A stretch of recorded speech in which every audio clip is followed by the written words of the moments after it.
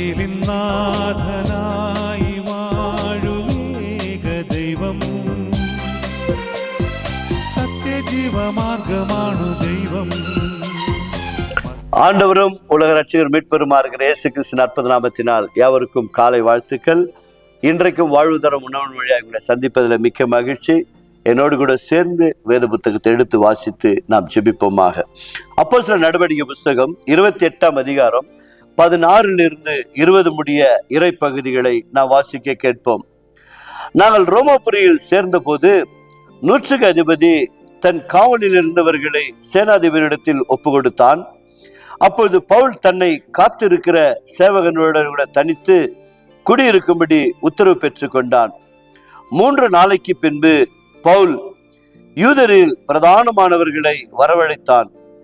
அவர்கள் கூடி வந்திருந்த போது அவன் அவர்களை நோக்கி, சகோதரரே, நம்முடைய ஜனங்களுக்கும் நம்முடைய முன்னோர்களின் முறைமைகளுக்கும் விரோதமானதொன்றும் நான் செய்யாமல் இருந்தும் கட்டப்பட்டவனாக எருசலேமிலிருந்து ரோமர் கையில் ஒப்பு கொடுக்கப்பட்டேன். அவர்கள் என்னை நியாயம் விசாரித்த போது மரணத்துக்கு எதுவான குற்றம் ஒன்றும் என்னிடத்தில் காணாதபடினால் என்னை விடுதலையாக்க மனதாயிருந்தார்கள். யூதர்கள் அதற்கு எதிர்பேசின போது நான் ராயனுக்கு அபாயமிட வேண்டியதா இருந்தது. ஆயினும் என் ஜனத்தார் மேல் யாதொரு குற்றம் சாட்ட வேண்டும் என்று நான் அப்படி செய்யவில்லை. இந்த காரிய நிமித்தமே உங்களை காணவும் உங்களுடன் பேசவும் உங்களை அழைப்பித்தேன். இஸ்ரவேலுடைய நம்பிக்கையாகவே இந்த சங்கிலினால் கட்டப்பட்டிருக்கிறேன் என்றார். செபிப்போமாக. கிருபையுள்ள நல்ல ஆண்டவரே, பவுலுடைய வாழ்க்கையில என்ன போராட்டங்கள் என்ன நிந்தைகள் வந்தாலும் அநேகருடைய கண்களை தயவு கிடைக்கும்படி கிருபை செய்த தேவன், இன்றைக்கு உங்களுடைய பிள்ளைகள் இந்த உலகத்துல புயலை போல மழை வெள்ளத்தை போல உடைய பிள்ளைகளுக்கு பிரச்சனைகள் வந்திருக்கலாம் சுவாமி. பவுலுக்கு உதவி செய்த அதே தேவன் இன்றைக்கு இந்த நிகழ்ச்சியின் வழியாய் உடைய பிள்ளைகள் எதற்காக ஏங்கி தவித்து கொண்டு இருக்கிறார்களோ அவருடைய இதயத்தின் மன்றாட்டுகளை கர்த்தர் நிறைவேற்றுவீராக, ஆசீர்வதிப்பீராக சுவாமி.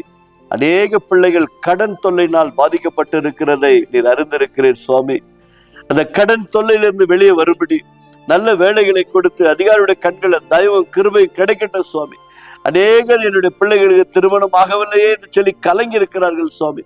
திருமணமான பிள்ளைகளுக்கு பிள்ளை பாக்கியம் இல்லாமல் கதறி கொண்டு இருக்கிறார்கள் அப்பா.